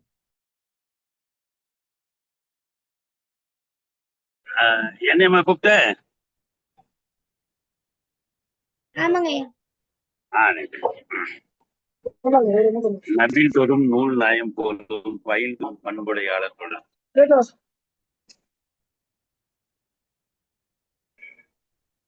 நூல்களை படிக்க படிக்க எப்படி இன்பம் இருக்குமோ அது போல பண்புடையாளர்களின் பழகும் போது அவருடைய நட்பு இனிமையாக இருக்கும் என்பதுதான் அந்த குறளுடைய அர்த்தம். அதற்கு முழு தகுதி உடையவர்கள் நம்முடைய இன்றைய அவ்வையாக இருக்கக்கூடிய செல்வமுத்து மாறின்னு தான் நான் சொல்றேன். அவ்வைனா என்னன்றத கரெக்டா சொல்லிட்டாங்க. ஒரு அவை எப்படி இருப்பாங்க அப்படிங்கிறது அந்த அளவுக்கு ஒரு மிக தெளிவான நீரோடையாக அந்த உரை இருந்தது. அதை நான் பெங்களூரில் இருந்து திருவண்ணாமலை வந்து கிருஷ்ணகிரி வரையும் கேட்டுக்கிட்டே தான் வந்தேன். இப்போது உங்களுக்கு வாழ்த்துறை சொல்வதற்காகவே பேருந்து நின்று இருக்கு. பண்டைய தமிழகத்தில் வாழ்ந்த இசை சமூகத்தினரும் மன்னர்களையும் வள்ளல்களையும் புகழ்ந்து பாடி பரிசல் பெற்ற இசைக்கலைஞர்களை பற்றி, அவர்கள் பாணர்கள், அவர்கள் எப்படியெல்லாம் யாழை மீட்டி யாழ்ப்பாணத்தையே பரிசு வென்றிருக்கிறார்கள் என்பதையெல்லாம் மிக சிறப்பாக எடுத்துக் கொண்டீர்கள். இவர்கள் இசைக்கருவிகள் இசைப்பதிலே வல்லவர்கள். அதிலே பெண்களும் அவர்களுடன் கூடி இருந்து அவர்களுக்கெல்லாம் என்னென்ன பெயர்கள் வைத்திருக்கிறார்கள் என்பதையெல்லாம் ரொம்ப சிறப்பாக சொல்லி, யாழ், குழல், முழவு போன்ற இசைக்கருவிகள் இசைத்து பன்னிசைத்தலில் வல்லவர்கள். தனியாக செல்லாமல் தாம் குடும்பத்துடன் விரலி அல்லது பாடினி, பாணனின் மனைவி மற்றும் நடன கலைஞர்களுடன் சேர்ந்து சென்று பாடுவார்கள் என்று பாடும் சூழலுக்கு ஏற்ப எற்கள பாணர்கள், போர்ப்பாணர்கள், சிறுபாணர்கள், பெரும்பாணர்கள் என்று பல வகையாக இருந்திருக்கிறார்கள் என்பதை எல்லாம் சிறப்பாக நம்முடைய முத்துமாரி அவர்கள் எடுத்து சொன்னார்கள். அதே மாதிரி அவர்கள் சமுதாயத்தினுடைய பங்குன்னு பார்த்தீங்கன்னா, சங்க இலக்கியங்களில் அறத்துறையில் தலைவன் தலைவிக்கு இடையே ஊழல் தீர்க்கும் வாயிலாகவும் பாணர்கள் செயல்பட்டு இருக்கிறார்கள் என்பதையெல்லாம் சிறப்பாக சொல்லி, 7ஆம் நூற்றாண்டில் வாழ்ந்த நீலகண்ட யாழ்ப்பாணரார் போன்றவர் பாணர் குலத்தில் விட்ட மாபெரும் இசை கலைஞர் ஆவார் என்பதையெல்லாம் நமக்கு நன்றாக சொல்லி இருக்கிறார்கள். பாணர்களின் வரலாறு மற்றும் இசையின் மதிப்பு குறித்து கூடுதல் தலைவர்களை எல்லாம் இங்கே எடுத்து வந்து நமக்கு மிகப்பெரிய அருவியாக கொட்டிய நம்முடைய செல்வமுத்துமாரி அவர்கள், நான் அடிக்கடி நினைத்து கொண்டு இவர்களை கூப்பிட்டால் நன்றாக இருக்குமே என்றதெல்லாம் சொல்லி, சென்ற மாதம் நான் என் தம்பியினுடைய மகனுக்கு கல்யாணம், தம்பிக்கு கல்யாணம், பொண்ணு பார்க்க போகணும் அப்படின்னே சொல்லி கண்டிப்பாக அவர்கள் கல்யாணம் முடித்து நல்ல செய்தியோடு தான் இருப்பார்கள் என்பதையும் நான் அறிவேன். அந்த வகையில மாதத்துக்கு ஒரு முறை பேராசிரியர் அவர்கள் வந்து இந்த அரங்கிலே உங்களுடைய நல்ல கருத்துக்களை எல்லாம் சொல்ல வேண்டும், இந்த மாணவர்களிலிருந்து பெரியவர்கள் வரை பயன்பெற வேண்டும் என்றுதான் மிகப்பெரிய ஆவலாக இருக்கிறது என்று சொல்லி, நீங்கள் சிறப்பாக பேசினீர்கள். உங்கள் உரை சிறப்பாக இருந்தது. அந்த வகையில என்னுடைய பாராட்டுகளையும் வாழ்த்துக்களையும் சொல்லி விடைபெறுகிறேன். நன்றி, வணக்கம், வாழ்த்துக்கள். நன்றிங்க ஐயா. அடுத்ததாக வாழ்த்துறை வழங்குவதற்கு டில்லி பிரம்மநாயகம் ஐயா அவர்களே அன்பு நினைக்கின்றோம். சிறந்த ஐயாண்டிலே இருக்குமாறு சிவநீதித்தன் ஐயா அவர்களே அன்பு கேட்டுக்கொள்கின்றோம். பாருங்கள். அழைத்ததற்கு நன்றி. குரலமுது இணைகின்ற தந்தைக்கும் தாய்க்கும் மக்கள் தனைகின்ற தமிழ்நாடு தனக்கும் என்னால் திணை அளவு நலமேனும் பயக்குமானால் செத்தொழியும் நாள் எனக்கு திருநாளா. இன்றைய சிறப்பழைப்பாளர் செல்வ முத்து மாரி அவர்கள் நம்மை சங்க காலத்திற்கே அழைத்துச் சென்றார்கள், கை கரம் பிடித்து. ஒரு பாணர் என்பவர் எப்படிப்பட்டவர், அவருடைய இயல்புகள் எப்படி, அவர்கள் என்னவெல்லாம் செய்வார்கள் என்று விளக்கமாக எடுத்துரைத்த விதம் மிக அருமையாக இருந்தது. அவருடைய அந்த பொழிவாற்றும் பாங்கும் பாராட்டுதலுக்குரியது, போற்றுதலுக்குரியது. இன்றைய சிறப்பழைப்பாளர் செல்வமுத்துமாரி அவர்களுக்கு கலந்துரையாடுவோம் பேரவையின் சார்பாக வாழ்த்துக்களையும் பாராட்டுகளையும் தெரிவிப்பதில் மிகுந்த மகிழ்ச்சி கொள்கிறோம். வாய்ப்பிற்கு நன்றி, வணக்கம். நன்றிங்க ஐயா. அடுத்ததாக வாழ்த்துறை வழங்குவதற்கு வினீதன் ஐயா அவர்களே அன்பு நினைக்கின்றோம். சிறந்த ஐயாண்டிலே இருக்குமாறு சீர்காழி சிவாஜி ஐயா அவர்களே அன்புடன் கேட்டுக்கொள்கின்றோம். பாருங்களேன்.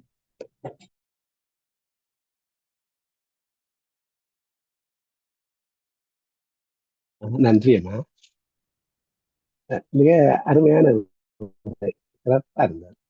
தெளிவாகவும் ரொம்ப புரிதலோட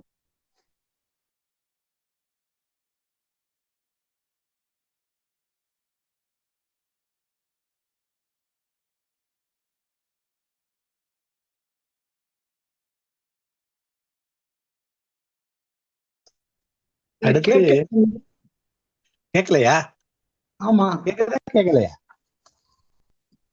ஐயா இப்ப கேக்குதுங்க ஐயா. இப்பதான் கேக்குது. கையில இது இந்த ஹெட்செட் வச்சிருந்தேன். இப்ப கேக்குதா? கேக்குது.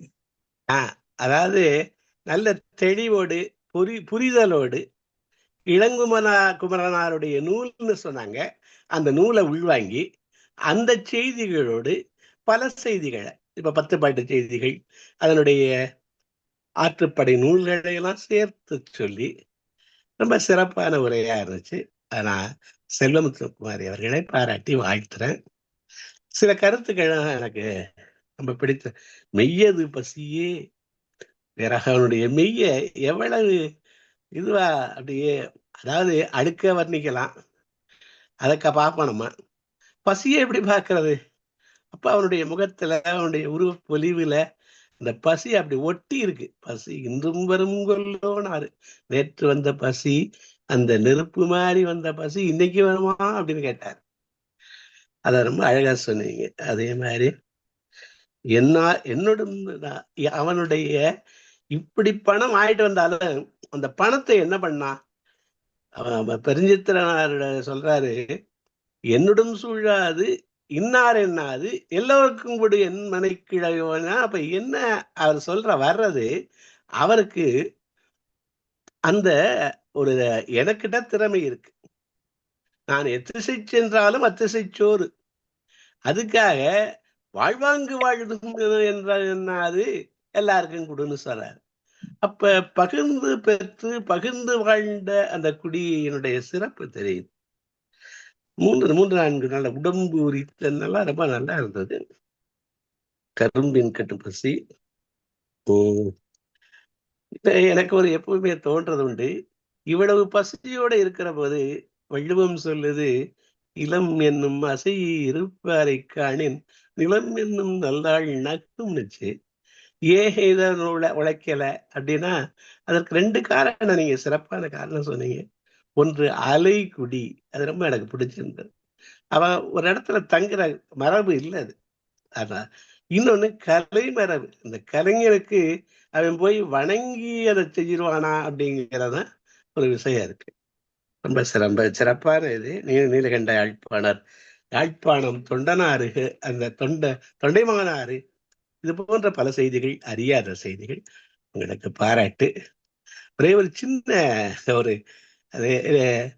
பொன்மலர் நாற்றமுடைத்துன்னு சொல்லுவாங்க. இவ்வளவு சிறப்பும் தெளிவும் இருக்கிற போது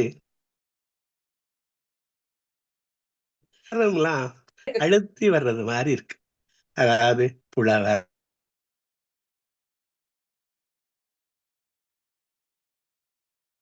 உரை இருந்தது.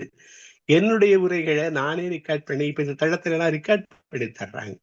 இதை 4-5 தடவை நம்ம கேட்கிற போது, ஏன்னா நீங்க பேராசிரியர் இருக்கீங்க, உங்களை பார்த்துதான் பிள்ளைகளை அத சொல்ல போறாங்க. இவ்வளவு அழகா திருத்தமா பேசுறேன். எங்க தாயார் சொல்லுவாங்க, திருத்தமா பேசிச்சு பொண்ணு அப்படிவாங்க. அவ்வளவு திருத்தமா இருக்கிற போது அந்த சில சொற்கள் நமக்கு அது கொஞ்சம் இதுவா இருக்கு. அதுல கவனம் கொள்ளணும்னு நினைக்கிறேன். பின்னாடி அது சரியா வந்தது. உங்களுக்கு என்னுடைய பாராட்டையும் வாழ்த்தையும் எல்லாத்தையும் தெரிவித்து விடைபெறுகிறேன். மகிழ்ச்சி. நன்றி நண்பர்களே. நன்றிங்க ஐயா. அடுத்ததாக வாழ்த்துறை வழங்குவதற்கு ஸ்ரீகால் செல்வராஜ் ஐயாவுடைய நினைக்கின்றேன். சில கையாண்டில் இருக்குமாறு தென்மொழி பண்ண நீகவசம் அன்பம் கேட்டுக்கொள்கிறேன். பாருங்க. பேராசிரியர் செல்வமுத்துக்குமார் அவர்கள் சிறப்பாக பேசியிருப்பார் என்று சொன்னது அவையில் இருக்கின்ற பெருமக்கள் எடுத்திருக்கின்றது மற்ற மகிழ்ச்சி. அலுவலக பணியாக எழுதியதனால் தொடர்ந்து காதில் கேட்க முடியவில்லை. அதற்கு வருத்தப்படுகின்றேன். மீண்டும் அவர்கள் பேசுவதை கேட்டு நான் பின்னூட்டம் தருகின்றேன். ஆகவே இது போன்ற விழிப்புணர்வு மிக்க பேராசிரியர்கள் நமது களத்திலே பயணிக்க வேண்டும். மாணவர்களுக்கு அவர்கள் இன்னும் கடத்தி செல்ல வேண்டிய அவர்களுக்கு இலக்கிய பணிகள் நிறைய இருக்கின்றன. அந்த வகையிலே அம்மையார் அவர்கள் சிறப்பாக பேசியிருக்கின்றார்கள் என்று நான் பெருமைப்படுகின்றேன். நான் நேரில் ஒரு கடைசியாக முடியும் பொழுதுதான் வந்தேன் நீங்க, அதனால பின்னூட்டம் இப்பொழுது தர முடியாது. மிக சிறப்பாக பேசியிருப்பதாக நான் அறிகின்றேன். அவர்களுக்கு என்னுடைய நன்றி கலந்த வணக்கம். ஐயா அவர்கள் நேற்று சொன்னார்கள், காமராஜ் ஐயா அவர்கள் சொன்னார்கள், நல்ல பேராசிரியர் பேசுவாங்க, நீங்க கண்டிப்பா வாங்க அப்படின்னாங்க. அது இதனால வர முடியாத சுச்சுவேஷன். ஏன்னா அந்த அலுவலகத்துல சில பணிகள் இருக்கு. கண்டிப்பாக ஒரு பேச்ச கேட்கிறேன். சிறப்பாக இருந்திருக்கும். வாழ்த்துக்கள். நன்றி. சீர்காழி செல்வரா, சிங்கப்பூர்.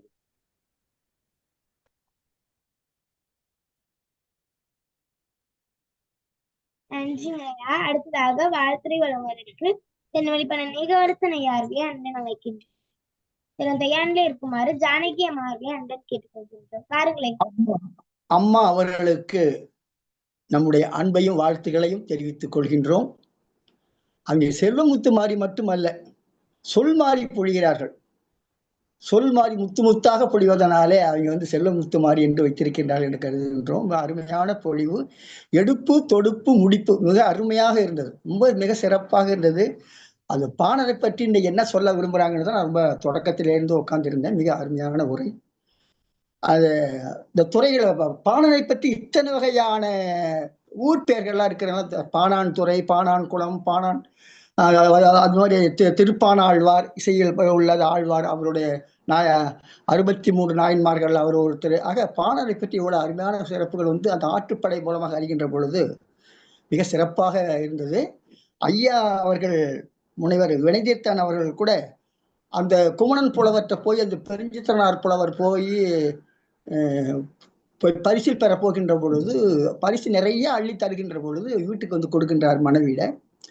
அப்பதான் அவர் சொல்றாரு, நின்னயந்துரைனர்க்கும் நீநயந்துரைனர்க்கும் பன்மான் கற்பின் அறிந்திய கற்பினோர்க்கும் என்னை கேட்காத, நீ யாரா, நான் அவன் கொண்டு வந்த பரிசீலை பாரு. ஆக புலவர்கள் எந்த காலத்திலையும் வறுமையில தான் இருந்தாங்க.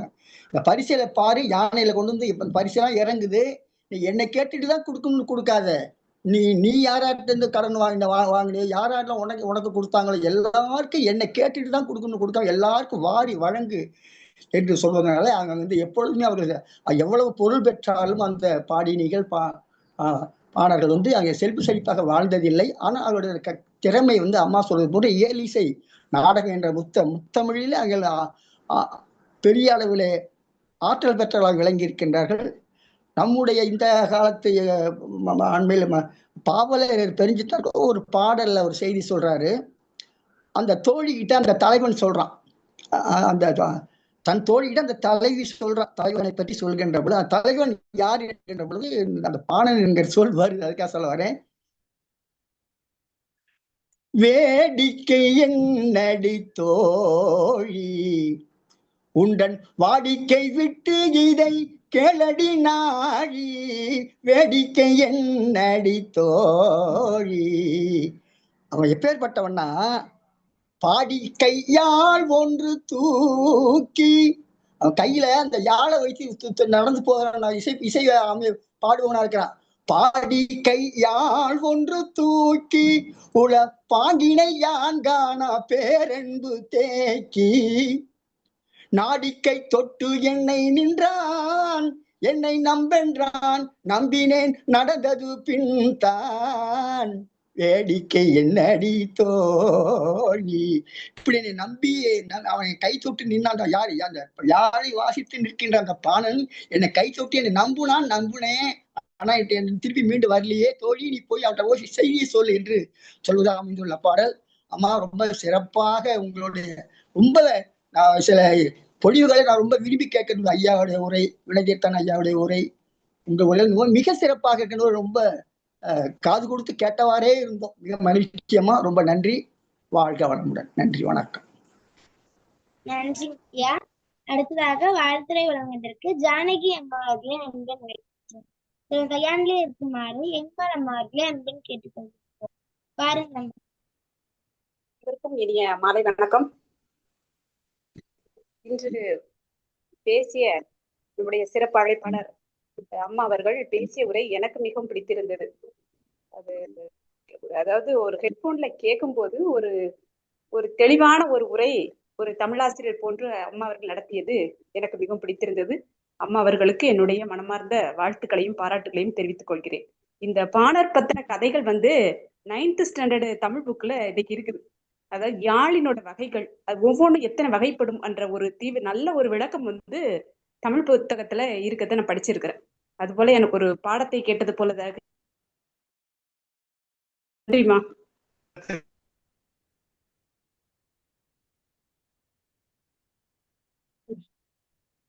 நன்றி அம்மா. அடுத்ததாக வாழ்த்துறை வழங்குவதற்கு ஏமாள் அம்மா அவர்களை அன்புடன் வைக்கின்றோம். பாருங்கள். அனைவருக்கும் வணக்கம். பேராசிரியர் அவர்கள் ரொம்ப சிறப்பா பேசினாங்க. பாணரை பத்தி அவங்க குடும்பத்துல இருந்து அவங்க மனைவிக்கு என்ன பேரு, அவங்க சுற்றத்தார் எப்படி இருந்தாங்க, ஒரு அரசரை போய் பார்க்கறது எப்படி, பரிசில் பெறுறது எப்படி, ஒரு புலவருக்கு இன்னொரு புலவர் பரிசு பெற்ற பிறகு ஆற்றுப்படுதல்னு சொல்லுவாங்க. இந்த மாதிரி 10 பாட்டுல வரக்கூடிய இந்த 4 ஆற்றுப்படை நூல்களும் அவங்கள பத்தியான சிறப்பு செய்திகளை கூறுதுன்னு நாங்க கேள்விப்பட்டோம். யாழ்ப்பாணத்தை பத்தி விளக்குனது ரொம்ப அருமையா இருந்தது. உங்க சொற்பொழிவு மன நிறைவா இருந்தது. ரொம்ப அருமைங்கம்மா. அதுக்கப்புறமா உங்களோட என்ன சொல்றது, உங்க தமிழ் நடி ரொம்ப அழகா அருமையா இருந்தது. இது பாடோட எல்லா விஷயமும் எல்லா செய்திகளும் உள்ளடக்கியதான ஒரு நிகழ்வை கொடுத்தீங்க. இந்த சொற்பொழிவு மிக அருமை, எனக்கு மிகவும் பிடித்திருந்தது. நன்றி, வாழ்த்துக்கள், வணக்கம். நன்றிங்க அம்மா. அடுத்ததாக வாழ்த்துரை வழங்குவதற்கு சுவாமிநாதன் சுதாகர் அவர்களே அன்புடன் அழைக்கின்றோம். தயாரிலே இருக்குமாறு திருமதி அன்னபூர்ணி அம்மா அவர்களே அன்புடன் கூப்பிடுகின்றோம்.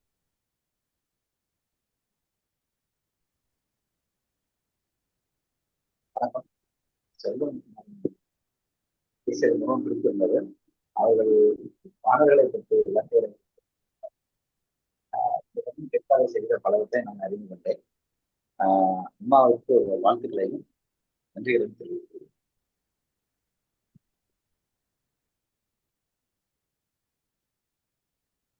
நன்றி, நன்றிங்க ஐயா. அடுத்ததாக வாழ்த்துரை வழங்குவதற்கு திருமதி அன்னபூர்ணி அம்மா அவர்களை அன்புடன் அழைக்கின்றேன். பாருங்கள். அழைத்ததற்கு நன்றி சுவாதி.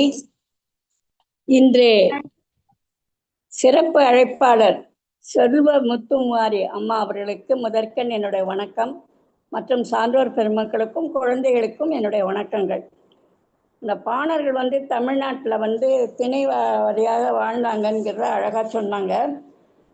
தமிழ்குடி அப்படிங்கிறது இலக்கியத்திலே தோன்றியது அப்படிங்கிறத முதல்ல ஆரம்பித்தாங்க. அதாவது வேந்தர் ஆட்சி, அப்புறம் மன்னர் ஆட்சி, அப்புறம் கடைசியாக மக்களாட்சி வந்ததுங்கிறத மாறியது அப்படிங்கிறத எடுத்து சொன்னாங்க. அதாவது 5345 ஆண்டுகளுக்கு முன்பாகவே இந்த தொன்மை வாய்ந்த குடிகளில் தோன்றியது பாணர்குடி அப்படிங்கிறத சொன்னாங்க. நிலையான அப்போ அந்த காலத்து அந்த பாணர்குடி மக்கள் முதல்ல நிலையான மக்களாக வாழ்ந்தாங்க. ஆனால் பாணர்கள் திணைக்கு சார்ந்து சில பேர் வாழ்ந்தாங்க.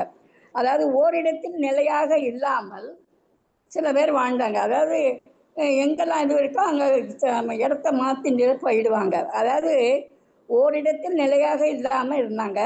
அப்புறம் இசைக்கு உரியவர்கள், இசை ரொம்ப அவர்களுக்கு உரியவர் தான் அந்த பாணர்கள். அதாவது கூடுதல் சிறப்பு அவர்களுக்கு அந்த பாணர்களுக்கு உண்டு அந்த இசையினால. இவர்களுக்கு பாணர்களுக்கு முத்தமிழும் தெரிஞ்சவங்க இருந்தாங்க. அதனால இயல், இசை, நாடக இதில் ரொம்ப வலிமை பெற்றிருந்தாங்கங்கிற அழகா சொன்னாங்க. நாட்டுப்புறையிலிருந்து தோன்றியது தான் இந்த இசை அப்படிங்கிறத அழகா விவரித்து சொன்னாங்க. சங்க இலக்கியத்தில் ஔவை பாணர் குலத்தை சார்ந்தவர் தான்ங்கிறது எத்தனையோ ஔவையார் இருக்காங்க. அதே ஒரு ஔவையார் பாணர் குலத்தை சார்ந்தவர் என்பதும் அவரைத்தான் விரலி என்பாங்களும் சொல்லுவாங்க அப்படிங்கிறத சொன்னாங்க. புறநானூற்றில் கூறப்பட்டிருக்கிறதுங்கிற உதாரணத்தை எடுத்து சொன்னாங்க. அதாவது வரலாற்று செய்தி அது கூறுகிறது. அப்புறம் இந்த திருப்பத்தூர் அந்த இடத்துல இந்த பாணாவயல், பாணர்குடி இந்த மாதிரிலாம் இடங்கள்லாம் இருக்கு அப்படிங்கிறத எடுத்து சொன்னாங்க. அந்த இலங்கையில இந்த யாழ்ப்பாணத்தோட இதை ரொம்ப அருமையாக சொன்னாங்க. யாழ் இசையில் அந்த பாணர்களுக்கு ரொம்ப அதனால அந்த இடத்துக்கு பேரே யாழ்ப்பாணம்ங்கிற பேர் ஒரு கதை மூலமாக சொன்னாங்க. அது ரொம்ப அற்புதமாக இருந்தது. யாழ்ப்பாணம் பெயர் வந்த காரணத்தையும் சொன்னாங்க. தொண்டைமான் ஆறு பெயர் வந்ததையும் சொன்னாங்க. பாணர்களின் வகைகள் எடுத்து கூறியதாங்க. அதாவது மண்டைப்பாணர், மண்டை ஓர் இசைக்கருவி, அந்த மண்டை பாணங்கிறது அது ஒரு இசைக்கருவிங்கிறத சொன்னாங்க. மண்டைன்னா நம்ம தலை நினைச்சுப்போம், ஆனால் அது ஒரு இசைக்கருவிங்கிறது இப்போதான் தெரிஞ்சுது. அடுத்தது போர்க்களத்தில் அரசருக்கு உதவியாகவும் இந்த பாணர்கள் இருந்தாங்க. அப்புறம் மகள் அவ அகவன் மகள், திணை மகள், கூத்தியார், பாட்டினியார், மாதங்கி, விரலி அப்படிங்கிற பல இதெல்லாம் அந்த பானாற்று திருமுருகாற்றுப்படையில் பானாற்றுப்படையிலையும் எடுத்து கூறியிருக்காங்க. 4 ஆற்றுப்படைகளில் பாணர்கள் வாழ்ந்தாங்கிறத கூறுகிறாங்க. புலவர்கள் இன்று படைப்பாளர்களாகவும் கவிஞர்களாகவும் இருக்காங்க. அப்புறம் பாணர் சாட்சியம் இன்று இல்லை. பாணர்கள் சாட்சி இன்னைக்கு இல்லைங்கிறது கூறியதும் அருமை. பாணர்கள் வாழ்க்கையின் அறியாத தகவல்களை தந்த அம்மா அவர்களுக்கு வாழ்த்துக்கள், பாராட்டுக்கள்மா. நன்றி, வணக்கம். நன்றிங்கம்மா. காணல் உரை வழங்கி சிறப்பிக்க இன்றைய சிறப்பழைப்பாளர் செல்வமுத்து மாரியம்மா அவர்களை அன்புடன் அழைக்கின்றோம். பாருங்கம்மா, காணல் உரையில் தாங்கள் இந்த கலந்துரையாடுவோம் பேரத்தில் கலந்து கொண்டு உரையாற்றிய அனுபவத்தையும் ஏதேனும் கருத்துக்களோடு பற்றி இருந்த அந்த கருத்துக்களையும் மேலும் இந்த பேரவை சிறப்பாக நடைபெறுவதற்கு கருத்துக்கள் இருந்த அந்த கருத்துக்களை பகிருமாறு இன்றைய சிறப்பழைப்பாளர் அவர்களை அன்புடன் அழைக்கின்றோம். பாருங்கள். நன்றி. ஒரு பெரும் நிறைவை தந்திருக்கக்கூடிய நேரமாக இந்த நேரம் இருக்கிறது அப்படின்னு தான் சொல்லணும். ஏன்னு கேட்டீங்கன்னா, நெகிழ்ச்சியோட நான் சொல்றேன், இன்றைக்கு சங்க இலக்கியம் மட்டுமல்ல, இன்னைக்கு தமிழ் கேட்கணும் அப்படின்னா நம்ம காசு கொடுக்க வேண்டியது இருக்கு. அந்த அந்த அளவுக்கு இன்றைய சமூக சூழல் நிறைய பேர் கேக்குறாங்க, நான் இல்லைன்னு சொல்லல. ஆனாலும் கூட மாணவர்களிடத்துல பயணம் செய்யறதுனால நான் இந்த செய்தியை நான் சொல்றேன். நிறைய பேராசிரியர்கள் இங்க இருப்பீங்க, உங்களுக்கு தெரியும் இன்றைக்கு இருக்கின்ற தமிழ் சூழல் எப்படி இருக்கிறது அப்படின்றத உங்க எல்லாருக்குமே ரொம்ப தெளிவா தெரியும். அப்படி இருக்கக்கூடிய ஒரு காலகட்டத்துல எடுத்துட்ட அந்த தலைப்புல நான் சேகரித்து பேசிய செய்திகளை தாண்டி அந்த தலைப்பு சார்ந்து நான் சொல்லாத செய்திகளை கூட, விடுபட்ட செய்திகளை கூட நீங்கள் தேடி எடுத்து இங்கே வாழ்த்துறையில் சொல்லி இருக்கிறீர்கள் அப்படின்றதே எனக்கு பெரும் ஒரு மன நிறைவை தந்திருக்கிறது. அதுக்காகவே ஒரு மிகப்பெரிய நன்றியை நான் தெரிவித்துக் கொள்கிறேன். அதை தாண்டி ஒரு நல்ல வாழ்த்துறை என்பது நிறைகளை மட்டும் சொல்லாது, அந்த வாழ்த்துறையில இருக்கக்கூடிய ஒரு சிறு சிறு பிழைகளை சுட்டி காட்டினால்தான் அடுத்ததாக அந்த உரையாளர் தன்னை மென்மேலும் வளர்த்து கொள்வார் அப்படின்ற ஒரு ரீதியில எனக்கு இந்த அவையிலை சுட்டி காட்டிய வினைதீர்த்தன் ஐயா அவர்களுக்கும் என்னுடைய நன்றியினை நான் தெரிவித்துக் கொள்கிறேன். நிச்சயம் மாற்றிக்கொள்கிறேன். இது ஒரு அடிப்படையான செய்தி என்னன்னாங்க ஐயா, நான் தென் மாவட்டத்தை சார்ந்தவள், கோவில்பட்டிய சேர்ந்தவர். உங்களுக்கு நிச்சயமா தெரியும், அந்த கரிசல் பகுதியில பாத்தீங்க அப்படின்னா இது தனித்தனியா சொல்லும் பொழுது ரொம்ப நல்ல சிறப்பா வரும். சில இடங்கள்ல சொல்லும் பொழுது அந்த பகுதிகள்ல பேசக்கூடிய அந்த வட்டார வழக்கு தமிழ்னால சில இடங்கள்ல அது மாறுபடக்கூடிய சூழல் உண்டு. ஆனால் நான் நிச்சயமாக முயற்சி செய்து திருத்திக் கொள்கிறேன் ஐயா. அதை தாண்டி நிறைவா பேசினாங்களே, எல்லாருடைய வாழ்த்துறைக்குமே நான் ரொம்ப கடமைப்பட்டிருக்கேன்.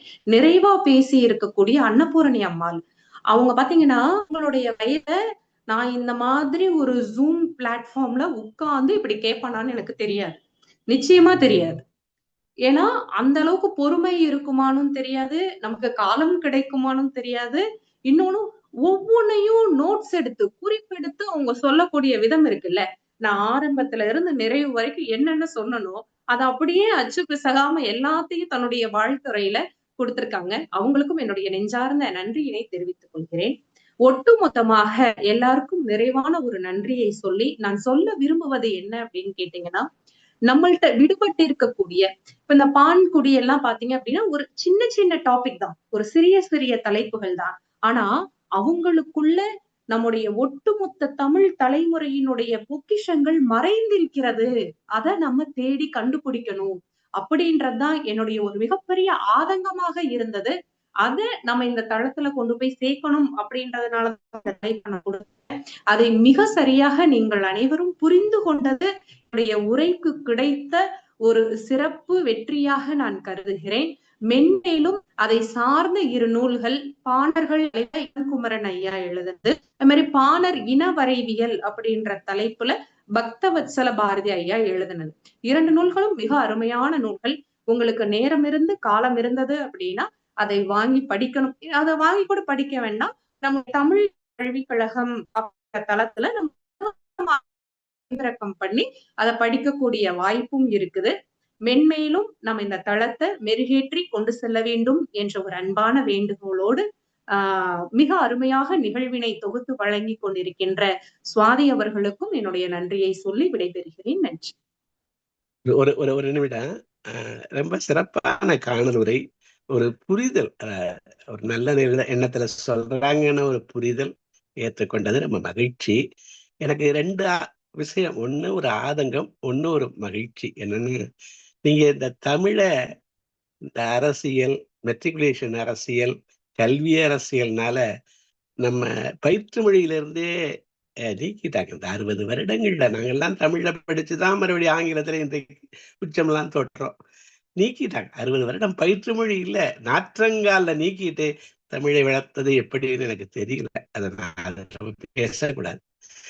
2வது மகிழ்ச்சி என்ன, நாங்கெல்லாம் வயதானவங்க தான் நிறைய பேர் இந்த தளங்கள்ல இன்னும் ஒரு 60-70 ஆண்டுகள் ஒரு ஆக்டிவ்னு சொல்றோம்ல, அந்த மாதிரி சிறப்பாக செயல்படக்கூடிய ஆண்டுகள் விட நீங்க எல்லாம் இதுல முன்னெடுத்து இவ்வளவு தெளிவா பேசுறது நம்ம தமிழினத்துக்கு ஒரு கொடுப்பீடு தான். உங்களுக்கு மீண்டும் வாழ்த்து தெரிவித்துக் கொள்கிறேன். நன்றியம்மா. நன்றி ஐயா. நன்றி அம்மா. இத்துடன் 2ஆம் பகுதி நிறைவடைந்து விட்டது. 3ஆம் பகுதி கலந்துரையாடுவோம் பேரவை தமிழ்நாடு நடத்தும்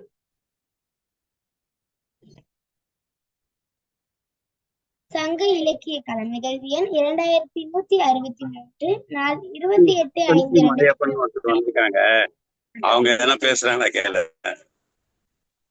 வசந்தி மலையப்பன், ஐயா வசந்தி மலையப்பன் வந்திருக்காங்களே, அவங்க என்ன பேசுறாங்க? இப்பதான்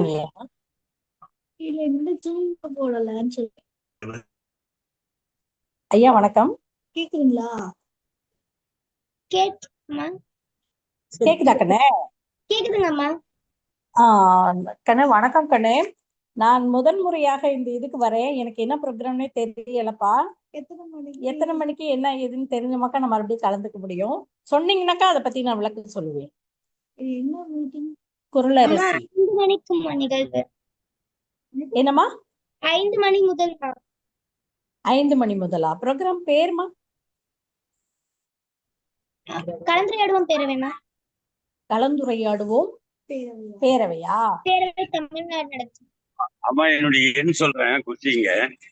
எனக்கு அப்புறமா ஒரு அலைபேசி பண்ணுங்க. 63